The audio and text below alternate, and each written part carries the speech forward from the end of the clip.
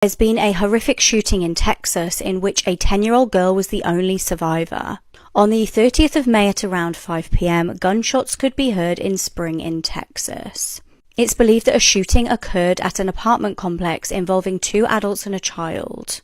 The female victim is said to have been 33 and the mother to the 10-year-old girl. The male was 39 years old. Police state that the male was the mother's boyfriend. He's believed to have shot the mother in a dispute and the child was caught in the crossfire. The man is then said to have turned the gun on himself. Although tragically the mother passed away, after being shot in the stomach, the 10-year-old girl miraculously survived. It's reported that she bravely managed to call her nan to get help. Her nan then called 911 and officers raced to the scene. The child was airlifted to hospital and underwent life-saving surgery. She is currently believed to be in the custody of her grandmother. Police have called the incident a murder self-unaliving and aren't looking for any other suspects. These are illegal islands you can't visit but people went anyway, Part 1. Up first is North Sentinel Island. North Sentinel Island is one of the Andaman Islands and is home to an indigenous tribe. They are called the Sentinelese and they are an uncontacted tribe who allow no visit from the outside world. But in 2018, John Chow illegally traveled to the island in an attempt to convert the tribe to Christianity. And to no surprise, John was killed by the Sentinelese as they allow no contact with the outside world. John paid 2 fishermen $335 to take him near the island and the 2 fishermen were arrested. And it's also believed that John knew his fate as he wrote in his diary, "Please do not be angry at them, or God if I get killed. Don't retrieve my body." John tried to visit the island 3 times but failed the first 2 times as the tribe got mad at him. And on his last visit, John told the fishermen to abandon him on the island. And the fishermen later saw the tribe dragging John's body and the next day they saw his body being buried on the shore. And some sources even claim that the Sentinelese people ate John's body. So whatever you do, you should never ever go to North Sentinel Island. Sarah Stern, right? She had lost her mother. She had gotten a big inheritance from her mother. Her aunt told her to not tell anybody, right? Okay. No friend, no family member. She ends up telling her friend Liam. They were friends since they were 6. Time goes by and shit until out of nowhere they just can't find Sarah. They end up asking a few close members who was the last person that was always next to Sarah. They said Liam, didn't Liam. They start asking him questions. When was the last time you saw Sarah? And he's like, oh, yesterday we went out to eat. I dropped her off and I went to go to work. That was the last time I saw her. A couple of days go by. They start asking him more questions and they were like, did she ever mention like she wanted to escape or... And he was like, oh yeah, she has a lot of self-destructive tendencies. Her mother's loss would always get to her and stuff. But the thing that was weird about it is that why would she commit after finding about all of this money? Makes no sense. Some time passed by. He told his friend like some weird ass idea. Imagine a film where I kill this person and then I throw him off a bridge and Oddly specific. Yeah, exactly. So he went to the cops and said, he mentioned this story to me, but like maybe it was a crazy idea that he had, but I don't know, it felt like a little bit too coincidental. The cops end up telling him to meet up with Liam and they put a security camera in there, like, call his confession? Watch. I got the FBI on my ass, dude. About what? About killing Sarah. That's not even the worst part. The worst part of it is Delaware. Yes. I need everyone's phones. I want them all to FaceTime their family. Hi. This is former Mr. Beast employee Delaware, aka Charles Robert Jefferson. Now, Delaware, as he was known on the channel, appeared in a few Mr. Beast videos. Ironically, that clip from the beginning of the video was from a video where Mr. Beast and the crew spent time in prison. And this is where it gets disturbing. So you can see right here, he's registered, meaning he's a registered sex offender. And these charges are incredibly disturbing. Now, Charles Robert Jefferson, he was actually only 16 when this stuff happened. So I've seen people online talking about how he should be given a break because he was also a minor, which is completely wrong. Because as you can see, the victim of this crime was 11 years old. I mean, let that sit for a second. That's disturbing. That's really disturbing. And something else bizarre about this whole thing is that Delaware, when he was in the Mr. Beast videos and when he was featured, they only called him by this nickname, Delaware. I am assuming that was an attempt to hide his identity. And also, he frequently wore masks, which I can assume also was an attempt to hide his real identity. And when you hire somebody like this that has this sort of thing in their past to work on a YouTube channel with entertainment geared towards kids, I understand why he wouldn't want people to know who this guy really was. But that's disturbing, isn't it? I mean, you would imagine that somebody would have had to do a background check on that guy, especially before not only hiring him, but putting him on camera multiple times. And I'm sure that Mr. Beast Jimmy is going to come out and say he had no idea, blah, blah, blah. But then why the attempts to hide his identity? Why the nickname? Why wearing the mask when nobody else was doing that sort of a thing? And when you're an entertainer as large as Mr. Beast, when you run such a massive company, and a massive significant portion of your audience is children and minors, there definitely shouldn't have been any sex offenders working on the show.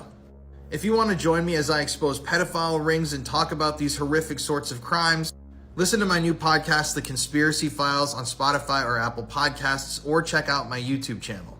This stuff is a major problem, not only here in America, but across the planet. And only by waking people up to this shit are we going to be able to change something. This is the scariest story about the family portraits. One day, there was a man who was hunting in the woods, and as night fell, he found himself in an unfamiliar part of the forest. He walked and walked, but he couldn't find his way home. Wandering aimlessly in the dark, he eventually came to a small clearing where an old ramshackle cabin stood. Tired and weary, he decided to see if he could stay there for the night. When he came closer to the cabin, he saw that the door was standing wide open. Poking his head inside, he could see that the little cabin was completely empty, but there was a bed and a fire burning in the fireplace.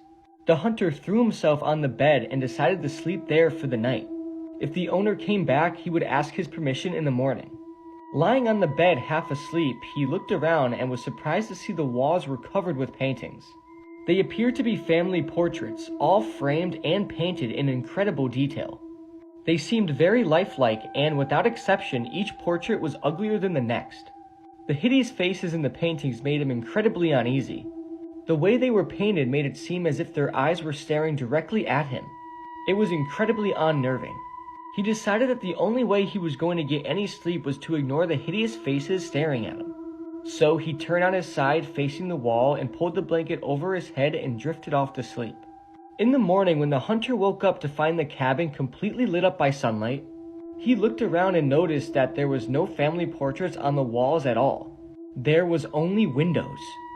You will never convince me that once a deranged person starts brutally killing, that they suddenly just stop. I'm specifically talking about how in 1979, a killer stalked and murdered 5 people in Houston, Texas within 2 months, and in 2 of those cases kept the victims' heads, yet they've never been found. The killing started at the Orchard Apartments on 5909 Glenmont Drive in Houston. On the morning of July 27, 1979, a coworker of 33-year-old Alice Rankin arrived at her apartment to pick her up for work. His name was Bob. At the time, Alice's car was in the shop being repaired, and since the two both worked for the same engineering firm, Bob agreed to pick her up and take her to work until her car was fixed. But when he arrived, he noticed that Alice's front door was slightly ajar, and when he peeked inside, he saw Alice lying nude in her bed with both of her feet bound together. A pillow was covering the upper half of her body, and when he moved the pillow, he saw a gruesome sight. Alice had been decapitated and her head was missing. So obviously Bob called 911, and when Houston police arrived, they found a puddle of blood dripping down the side of her bed. And this turned out to be where the killer set her head down after removing it. A blood trail was then discovered dripping outside of her front door and into the apartment's parking lot. Police believe that after the killer decapitated her, they calmly walked out of the apartment holding her head, tossed it into their car, and drove off. And despite a massive search, her head has never been found. There's practically no evidence left behind, but police did know that she was sexually assaulted.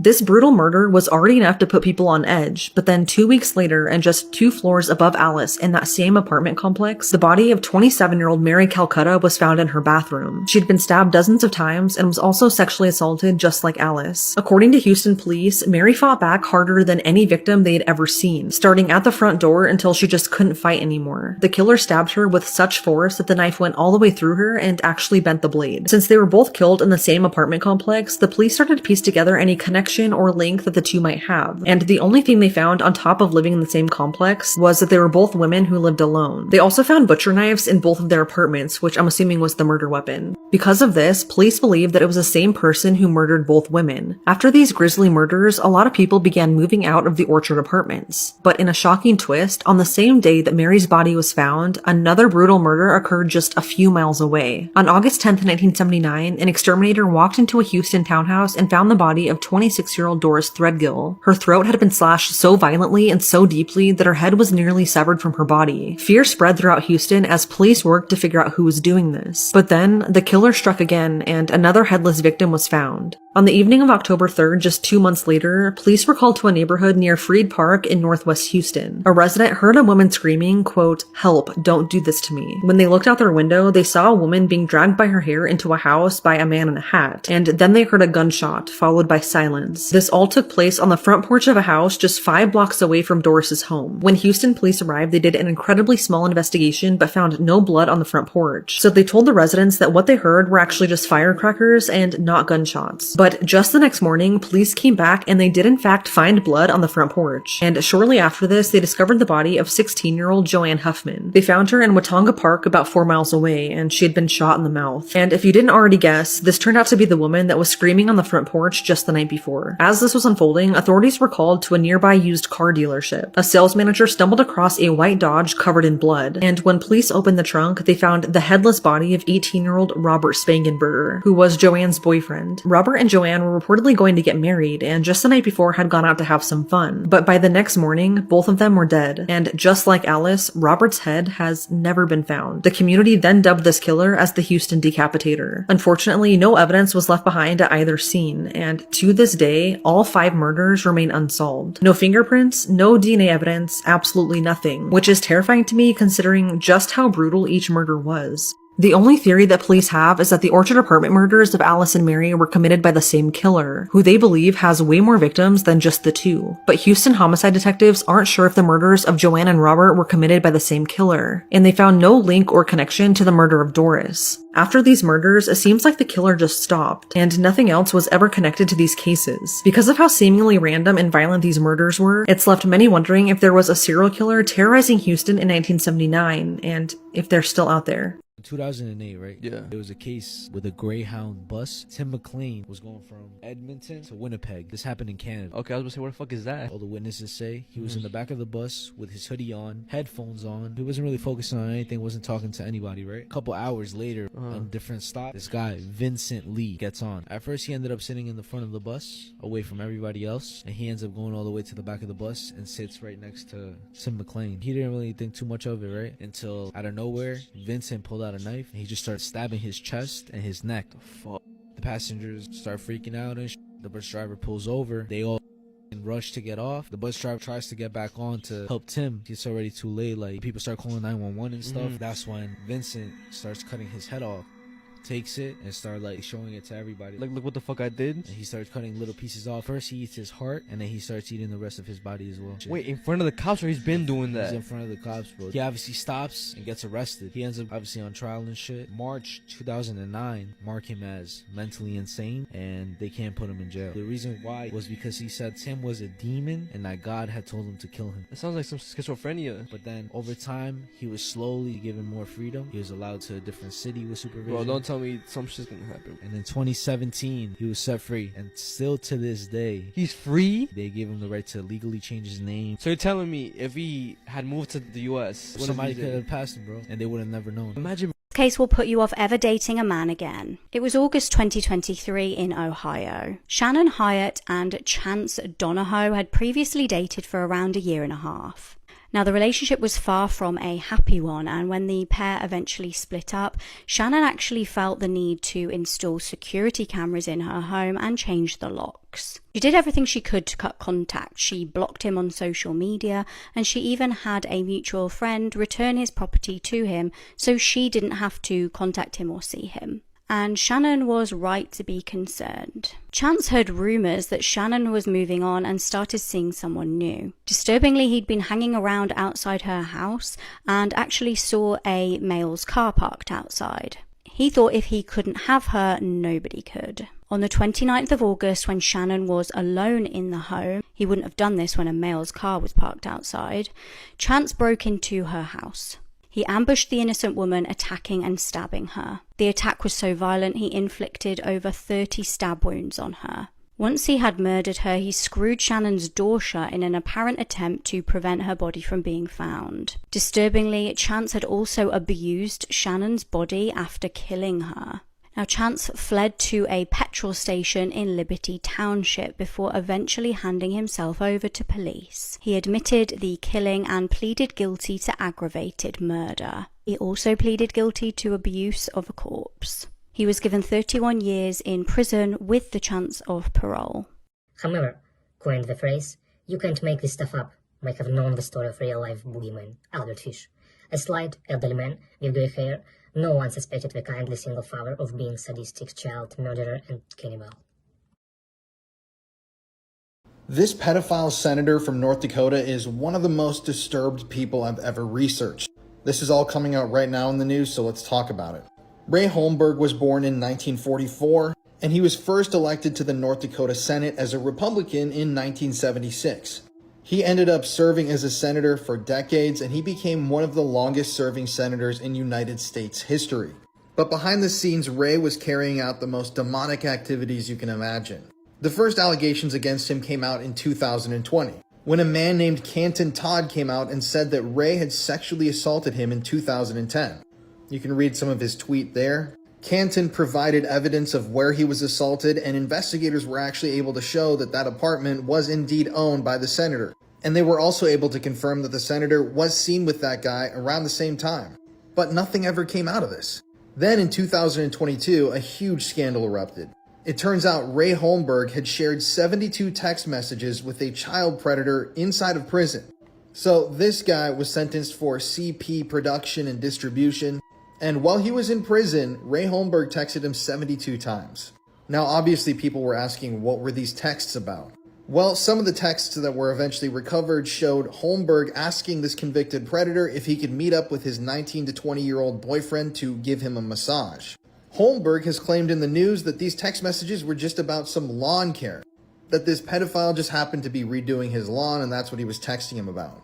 And when he was pressed by members of the press, he stated the messages were just simply gone. I don't understand this. In most cases, the police can immediately go back and retrieve any text messages from criminals. So why haven't they done this yet with this guy? But this only gets significantly worse. Just 2 days ago, Ray Holmberg pled guilty to child sex tourism. If you're confused on what that means, this means that Ray, while he was a United States Senator, was traveling overseas to engage in acts with minors. Prosecutors in the case alleged that he traveled 14 times to Prague in the Czech Republic between the years 2011 and 2021 to pay to engage in acts with minors. And even more disturbingly, a number of these trips were state trips. So that means that the United States government was paying for him to go over to the Czech Republic. And he was there on an official capacity. So he definitely did this, and when this all came out, it brought up the history of CP charges that were also leveled at him in the past. That's right, they also discovered that between 2012 and 2013, Ray, who was a United States Senator at the time, was using the alias Sean Evans online to, quote, convince a child to send him schmexually explicit images. AKA, this freak was pretending to be a child online to receive CP from a child. So with all of this, the sexual assault, the traveling to a country to engage in acts with minors, the CP, all of that, you would imagine this guy would go away for a long time, right? These are serious, terrible charges. Well, no, because he pled guilty, he's going to get a sweetheart deal. That means that the Department of Justice dropped the CP charges against him, and the judge is believed to, quote, recommend the low end of the sentencing guideline range. His lawyers have said they expect him to get 3 to 4 years in prison. So for molesting multiple young boys, for convincing a child to send him graphic material, for sexually assaulting a man, for being in contact with a child predator who probably sent him other stuff that got deleted, this guy is going to get 3 to 4 years in prison. Gotta love American justice, right? If you want to join me on my journey to expose pedophiles and creeps like this, listen to my new podcast, The Conspiracy Files. You can either watch it on YouTube or you can listen on Spotify and Apple Podcasts. And in a few weeks, we're going to be doing an episode about pedophile members of Congress and the Senate, and it's really, really disturbing stuff. This guy's definitely going in there. This woman fatally stabbed her boyfriend over 100 times during what her lawyer said was a cannabis-induced psychosis. Yet she walked free and only got community service. This is Bryn Spacher. She met 26-year-old Chad O'Melia at a dog park in California in early May of 2018, and the two began dating. But only a few weeks later, she would go on to brutally kill him. It was around midnight on May 27th when she went over to his apartment in Thousand Oaks, California, and the two began smoking weed out of a bong. According to Bryn, she didn't want to take the last hit, but she said that Chad pressured her into doing it. Sometime after, according to her, she had an adverse reaction to the weed and proceeded to stab him 108 times with multiple different knives. When authorities arrived, they found Chad lying in a pool of blood. Bryn was screaming hysterically and holding a long serrated bread knife, and before police could get to her, she plunged the knife into her own neck. Authorities had to tase her and hit her multiple times with their batons to subdue her. Chad was pronounced dead at the scene, but paramedics were able to save Bryn's life. She was initially arrested after the incident, but was released on bail, where she would go on to live her life free in the public until the trial began in December of last year. Bryn was facing only 4 years in prison, but during the trial, her attorney claimed that the murder was a direct result of a cannabis-induced psychotic disorder. They also said that she was involuntarily intoxicated because Bryn claimed that Chad intimidated her into taking the last bong hit. And under California criminal law, people are responsible for their actions when impaired by alcohol or drugs, unless their intoxication was involuntary. Because of this, the jury took less than 4 hours to convict her of involuntary manslaughter. Judge David Worley of the Ventura County Superior Court sentenced her to 2 years probation with no prison time at all for the murder. Bryn also has to complete 100 hours of community service focused on raising awareness about the effects of marijuana-induced psychosis. Judge Worley said that his decision was based on the lack of culpability. He said that from that point forward, after smoking marijuana, Bryn had no control over her own actions. Bryn's lawyer was obviously very happy with this ruling, as he said, quote, "Judge Worley did the right and courageous thing," end quote. On the other hand, Chad's family is completely heartbroken over this decision. He was only 26. He was a hardworking accountant. He was kind, motivated, and everyone's friend, and he had his whole life ahead of him. His family says that this ruling sets a dangerous precedent, and that Judge Worley basically just gave everyone in the state of California who smokes weed a license to kill. This case is honestly insane, but I'm curious to know what you guys think about it. This cult is called Heaven's Gate. It gained its infamy in 1997 when all of the members, it was led by two people, Marshall Applewhite and Bonnie Nettles. And many people were attracted to their cult because they blended a lot of science fiction and a bunch of Christian aspects to it. So for example, they taught that Mary from the Bible, she was abducted by a spacecraft and that's how she got impregnated. And the premise of the whole cult was that a UFO was gonna come and sweep all the cult members and save them and bring them to this new afterlife. It was called Tella, and that anybody on Earth that didn't go on the UFO, they would basically be wiped out and killed. And then Bonnie ended up dying from cancer, and the co-members were like, what the fuck now? He ended up twisting the message around, saying that she did ascend to Tella, and that aliens had gave her a signal. If she left her body as a vessel, she would still ascend. If you leave your body behind, which is him saying, if you could ascend. 1997 comes, they're gonna go to this mansion that they have in San Diego. The first group would go, they would drink sleeping medicine, applesauce, and then chug a bunch of vodka. Put a bag over their heads, they would just die. Then the second group would come in, clean up the mess, put their bodies in beds, and then they would put a purple blanket on top of their heads. And then that group would do the same thing. Then the third group that had Marshall in it did the same thing as well. Total of 39 members ended up dying. And also, before their whole hours before, they recorded interviews of them basically saying their goodbyes. People in the world who thought that I had completely lost my marbles. They're not right. Now you're gonna find this old crummy vehicle. This disturbing Venezuelan video is absolutely awful, and whatever you do, don't go searching for it. In January of 2018, a gruesome video went viral in Venezuela and Latin America. Many people claim this video came from the Middle East or India, but it indeed did come from Venezuela. This clip highlights the issue of forced labor and people trafficking in Venezuela, as many who work in the illegal mines tend to be migrants. The victim in this video has still yet to be identified and more than likely never will. What is known is that the victim was from Guyana and arrived in Venezuela to work the illegal mines. Why he was murdered is up to debate, but according to some reports, the victim was stealing or being in cahoots with people he shouldn't have been with, and this could possibly be why he was murdered. In one article, it says the victim's murder was ordered by a farmer named Tilson. Allegedly, he ordered the murder to send a message to his workers who stole from him. This seems to be the reason for the killing, as in the video you hear a man talking, accusing the victim of being a thief. The video is 2 minutes and 16 seconds long and is extremely hard to watch. Whatever you do, never go searching for it. In the first 15 seconds of the video, the person filming, who may be the farmer previously mentioned, roughly states, "This is a message to all of those who want to rob from my farm. I am the greatest in Venezuela." All while the statement is being read, the camera is fixated on the victim's face. The victim is lying on the ground on his back and is gagged with his hands tied. The victim looks young, and if I had to guess, is either in his late teens or early 20s. As he lays there waiting for his fate, the fear in his eyes says 1,000 words. After the statement is read, the brutality begins.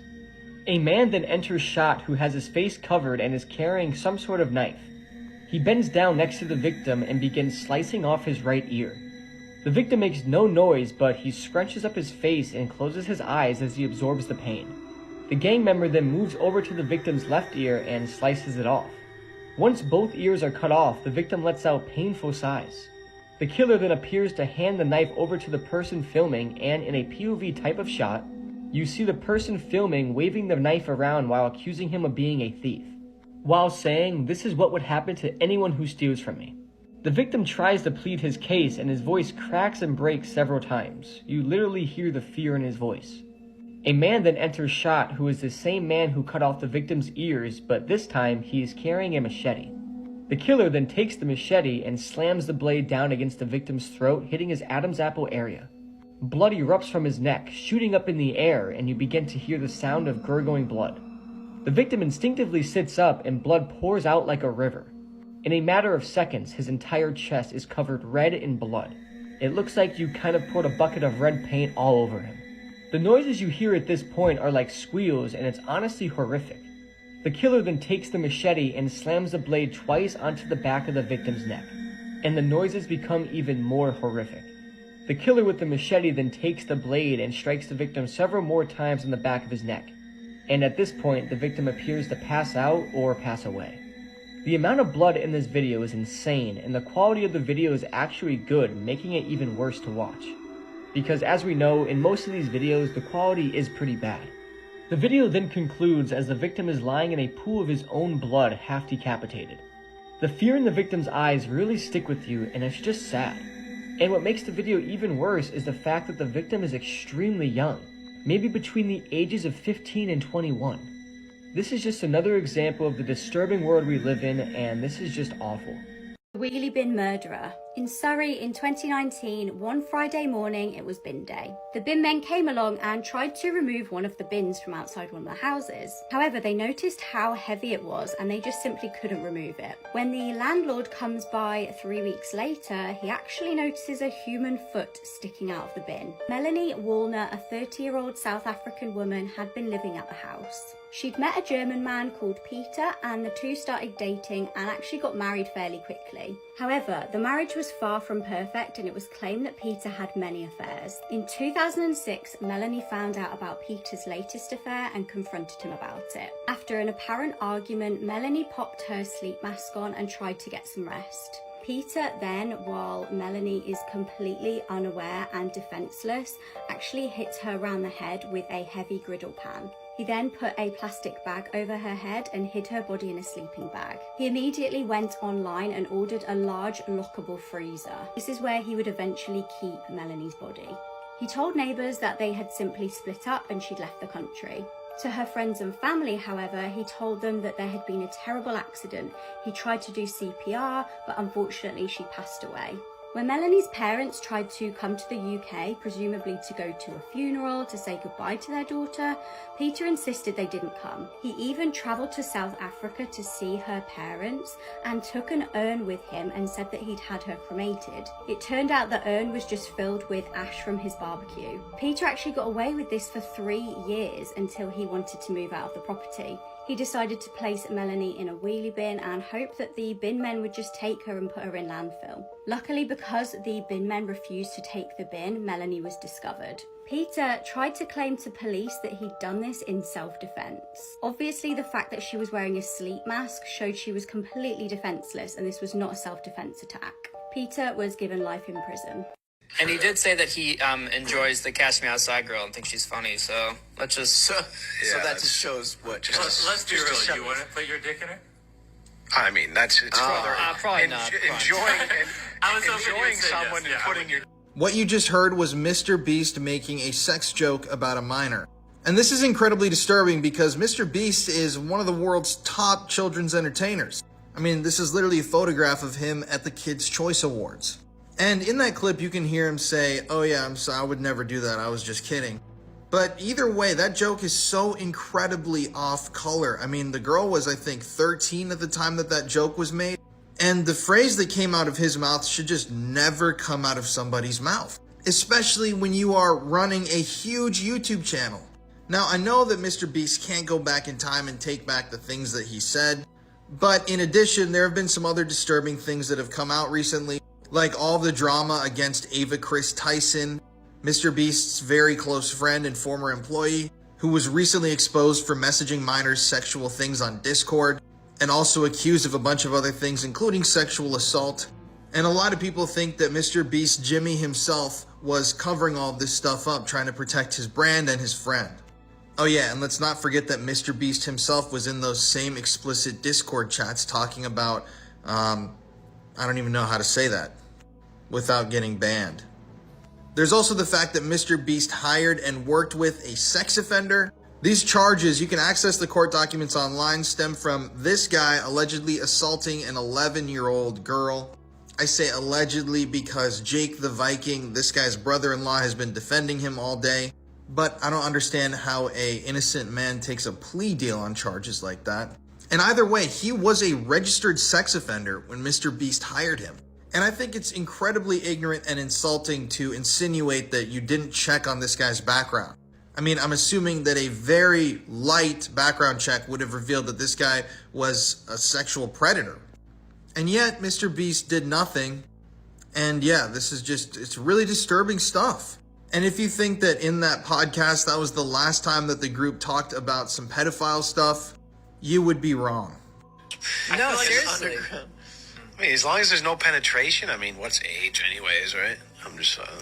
This is by far one of the scariest unsolved murders. Let's talk about it. This is Russell and Shirley Dermond. They were married for 64 years and went on to have 4 kids together. They were living in a nice house in a gated community on Lake Oconee in Putnam County, Georgia, and they were really enjoying their peaceful retired life. They were extremely loved by the community, but on May 6, 2014, their lives would tragically end. Russell and Shirley were last seen alive on May 1st running some errands in Eatonton, and they last spoke to their son later that same day on the phone. A few days later, on May 3rd, the couple was supposed to attend a party with their neighbors for the 2014 Kentucky Derby, but they never showed up. 3 more days would pass with no word from the Dermonds, and their neighbors became so worried that they went to their house to check on them. When they arrived, they found that the front door was unlocked, so they let themselves in. Everything inside the house seemed perfectly fine, but when the neighbor entered the garage, they found Russell's decapitated body lying in a pool of blood surrounded by towels. They obviously called 911 immediately because of the horrific scene, and when police arrived, they quickly realized that Shirley was missing. Police initially thought that Shirley had been kidnapped, so a massive search was launched. But sadly, 10 days later, Shirley's decomposed body was found floating in Lake Oconee by a couple of fishermen. She had initially been weighed down by 2 30-pound concrete blocks. According to the autopsy, Shirley died from 2 or 3 deep wounds to the head from a blunt object. Authorities initially believed that the murder stemmed from a robbery, but there were no signs of a break-in and nothing was taken from their home. Hundreds of tips and leads started pouring in, but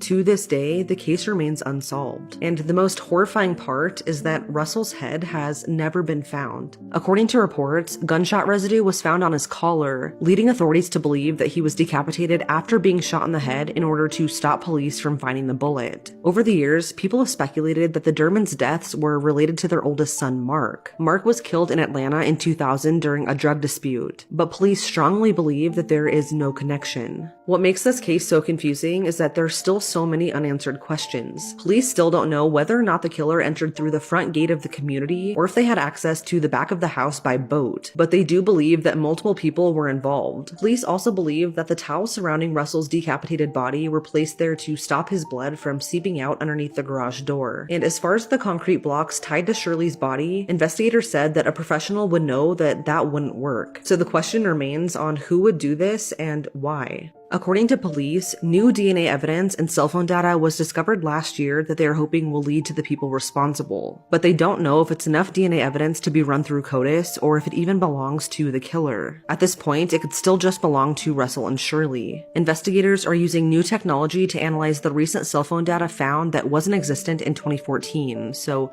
they remain hopeful. But it's now been 10 years, and whoever killed Russell and Shirley and took his head is still out there. If you've seen this man in your dreams, I have some bad news. So this is Hatman, and he is one of the most commonly seen sleep paralysis demons in the entire world. And here's how you know if you're about to see him. First, you'll wake up in the middle of the night and you won't be able to move at all. Like you'll feel completely paralyzed. Next, you'll feel a crushing feeling on your chest like something is sitting on it. And when this happens, it's going to be very hard to breathe. And at that point, there's nothing you can do. That's when Hatman comes into your room. Many doctors believe that Hatman is just a fragment of people's imaginations, but a lot of people think that he's shown up in photos like this one, or this eerie one that was taken on the day of these women's mother's funeral. In the next part, I'm gonna read some stories of people who believe they've seen him. If you see him while you're awake, run. So this story actually comes from a Reddit user who's a therapist, and this user had a patient who was coming in complaining of seeing Hatman at night. This patient would apparently wake up in the middle of the night to see Hatman standing at the foot of their bed, watching them sleep. And as a result, they were not really sleeping much. So the therapist prescribed some pretty heavy sleeping medication, and as a result, the patient starts getting a little better. But then one day, the patient comes in and just looks like they had seen a ghost. So the therapist asked them what was wrong, and they said that as they were getting... However, coined the phrase, "You can't make this stuff up," might have known the story of real-life boogeyman, Albert Fish. A slight, elderly man with grey hair, no one suspected the kindly single father of being sadistic child murderer and cannibal. Back right. There's scratches right here. We got 1, 2, 3. There are demons. That happened in a doctor's examination room. That felt so like someone threw scalding hot water in her eye. And up against the wall, there are 3 upside down crosses carved into the wood. But I want to warn everyone, what is walking around this house is not a local. It's something dark. When do you come and play? This place doesn't feel good to me. He started seeing this in his dream. Serial dream. In this room, we've documented at least 23 people died. The house can be extremely aggressive and negative. The device said, "I'm evil." Oh, whoa, what the? Dude! Oh, the door's open. We just got that on static. What the f was that? Is that something in here? Okay, I gotta quit here. I've seen people get affected before. I don't think I've ever seen my dad like this. It's f***ing very bizarre, because I feel strange too. This is also called Big Black's room. Lots of people, lots of guests over the last years see a big tall shadow figure in here. It's over 6 foot tall. Dozens, if not hundreds of people claim to have seen it. This is the elevator game. This game is a ritual of Korean origin and apparently allows you to go to other dimensions and contact spirits. I don't recommend trying it. The requirements to play the game are a building with an elevator and at least 10 floors. Also, you have to be alone in the elevator. To start the game, you have to be in the elevator on the 1st floor. Then press the button for the 4th floor. Then, once you reach the 4th floor, press the button for the 2nd floor. Then, when you reach the 2nd floor, press the button for the 6th floor. After this, press the button for the 2nd floor, and after that, the 10th floor. Finally, hit the button for the 5th floor. When you reach the 5th floor, a mysterious woman is supposed to appear. She will try and get your attention, but the rules of the game say you have to ignore her. After, press the button for the 1st floor, and if the elevator takes you to the 10th floor, this means you've done it correctly, and when the doors open, you will be in another dimension, and it could be a very peaceful one or a very, very dangerous one.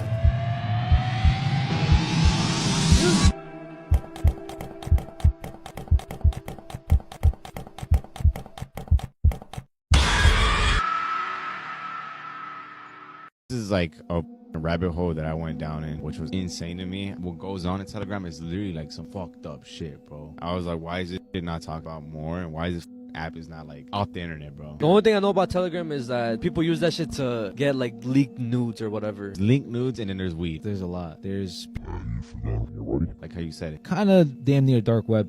I was about to say, yeah, that's what it reminds me of. There's this one chat room where people exchange CP. Yeah.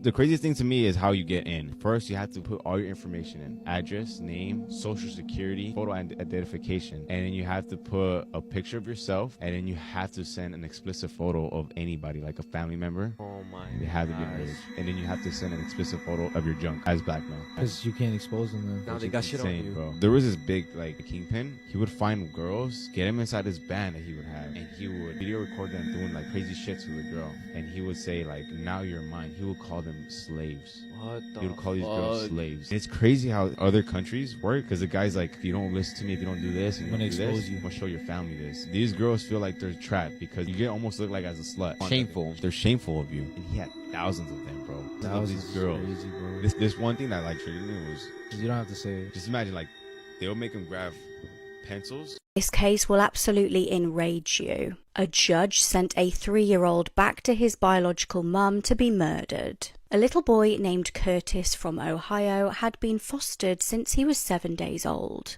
He'd been kindly taken care of by 2 lovely foster parents for 2.5 years. Now, they badly wanted to adopt Curtis and make their roles as parents official.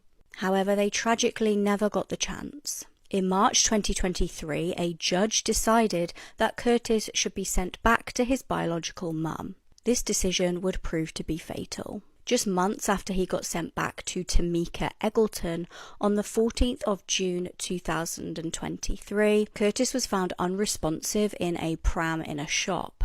He was rushed to hospital where he sadly passed away. The autopsy confirmed that the injuries that the little boy sustained were blunt force injuries.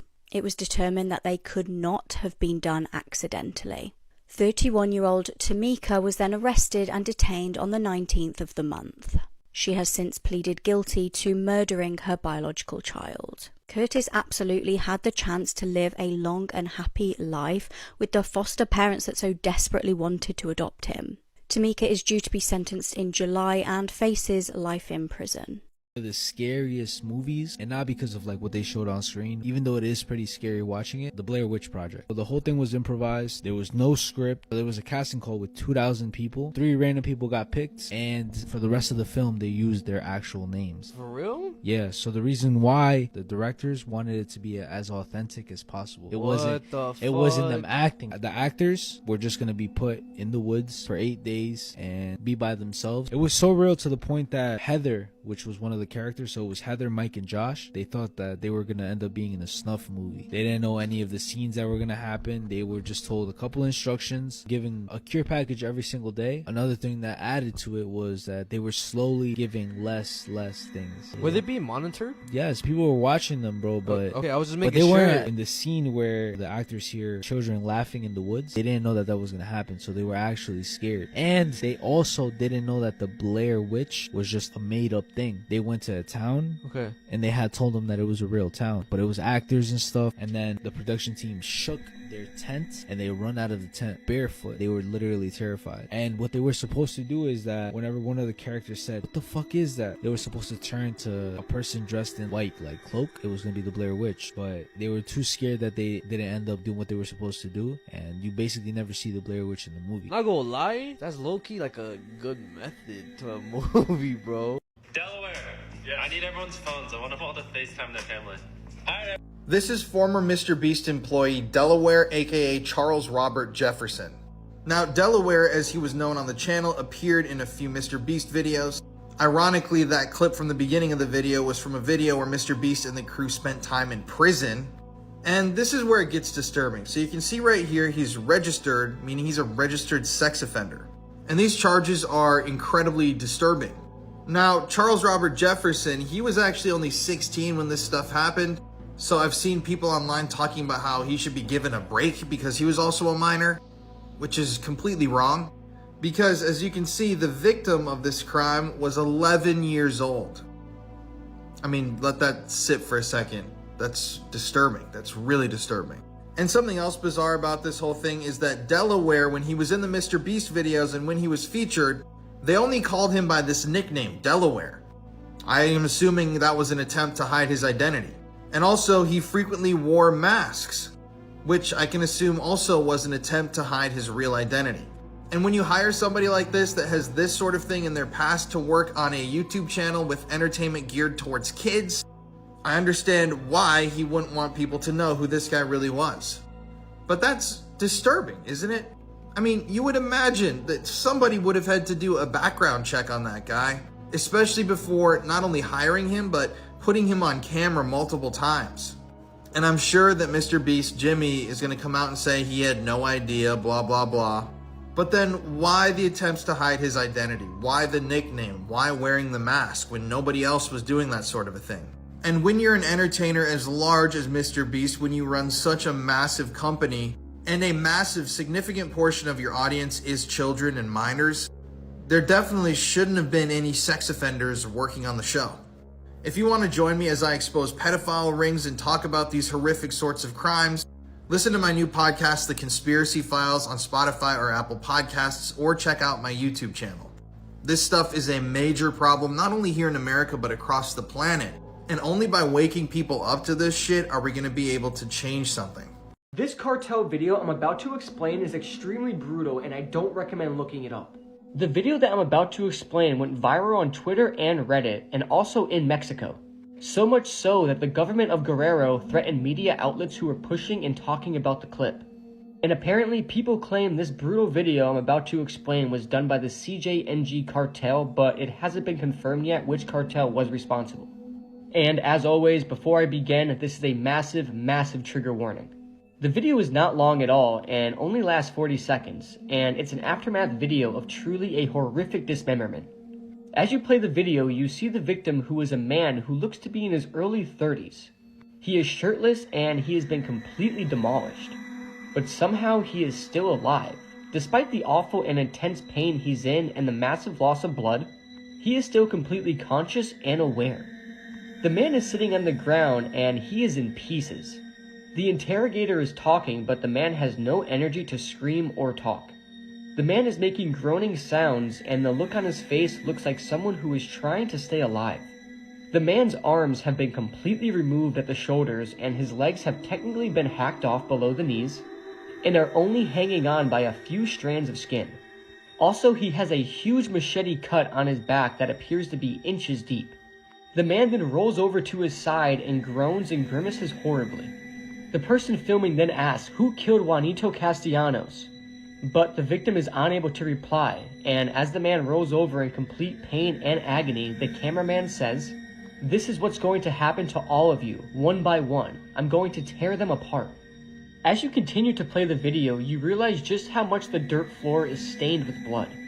In the background, you can also see a bucket of water that was most likely used to prevent the victim from passing out during this awful ordeal. It's crazy how the victim is still alive at this point, and due to the amount of blood he already lost, he's not even bleeding anymore since there's barely any blood left. Seeing the victim roll around in pain and the life slowly leave his body is something you should never want to see. It's absolutely awful and flat out disturbing. But what's awful is what is left of this man doesn't even resemble a human. The videos that come out of Mexico of these cartels are just gut-turning, and this video can only be described as inhumane and disturbing. I only cover these videos to give you guys the reality of what happens in real life with these cartels and the brutality they carry out. And as always, I don't recommend searching or watching them. This video is very graphic, brutal, and just sad. And whatever you do, don't look it up. This unsettling missing persons case is happening as we speak. 21-year-old Elizabeth Green from Utah was last seen walking to work along a dirt road. She works as a rancher in a very rural area named Juab County. The area is reportedly at least 3 hours away from any major city. Elizabeth never made it to work on the 17th of April to the new job that she was attending. Unsettlingly, no one has heard from her since. She was last seen in Callao. She was reported missing after failing to turn up at work, and police started the hunt for her on the 18th of April. They went to the ranch that she had been heading to and searched it, but found absolutely nothing indicating where she'd gone. Now, it's very unusual for Elizabeth not to keep in contact with her family. Investigators have stated, based on the information that we have received, we are concerned about the possibility that Elizabeth is in danger of serious bodily injury or death. There's been strangely no activity on her electronic devices, and police even scoured the route that she would have had to walk to get to work that day. They haven't found her injured or lost as they initially expected. She is around 5'11" and was last seen wearing a pink tie-dye hoodie, light blue jeans, black Converse shoes, and a white backpack. We're talking about La Mano Peluda. This specific case is called La Quinceañera Fantasma. For those who don't know what La Mano Peluda is, a famous ass radio show back in the 90s. It was really popular. They basically focused on the horror People will also call in to share their paranormal stories and stuff. The whole thing starts off with a caller. His name is Nestor, and he's a DJ from Georgia. Someone had called in for an inquiry. Basically, it was a father saying that he wants a quince for his daughter, and then he starts asking the dad if there's any specific songs that your daughter would like, the vals or the surprise dance, and the dad says no. He didn't really think anything of it because he already got the deposit page. When the quinceañera comes, as the party's going on, he starts to realize that no one's really vibing with the music. He just thinks that, oh, maybe the music that he's playing is not that good. He sees the quinceañera on the dance floor just dancing by herself, and he finds it kind of weird, the fact that there's no people gathering around her. What he decides to do, he just puts on a cumbia playlist for like about hour and a half, tells like a worker just watch for the DJ booth. Yo bailé con la quinceañera fue como un minuto, medio minuto creo, porque yo me di la vuelta, ya no la vi. Entonces yo pensé que a lo mejor no le gusté como bailé yo. He didn't think anything of it. He goes back to the DJ booth. The guy that he was working with tells him, what were you doing on the dance floor? Dancing by yourself. He was like, what do you mean? I was dancing with the quinceañera. I'm not gonna lie, I'm getting scared, bro. I just got like a weird ass feeling right now. There's a point where he talks to the mom, saying how like, I love your daughter's dress. Is there any music that I could play for her so she could come back on the dance floor? And that's when the mom starts tearing up. Their daughter died a year ago. They were planning to do this quinceañera for her, and they... Up here in the mountains north of Las... The man that you just saw in that video was 47-year-old Kenny Veach, and he disappeared hiking in the mountains of Nevada after finding a bizarre cave near Area 51. So Kenny was an avid outdoorsman who posted to his YouTube channel very frequently, but on November 10th, 2014, Kenny vanished. On that day, he set off on a hike, he left his camera equipment at home, and yeah, he totally disappeared. Now, something interesting to add in here is Kenny was basically a survivalist. He had been doing these trips out into the mountains for 20 plus years. He knew how to climb cliffs, he knew how to deal with rattlesnakes, he knew the proper equipment and supplies he'd need to bring on these hikes, and yet he completely vanished. Here's a little map people online created showing where Kenny could have possibly vanished. But it's the words that he spoke in a 2014 YouTube video titled Son of an Area 51 Technician that are bizarre.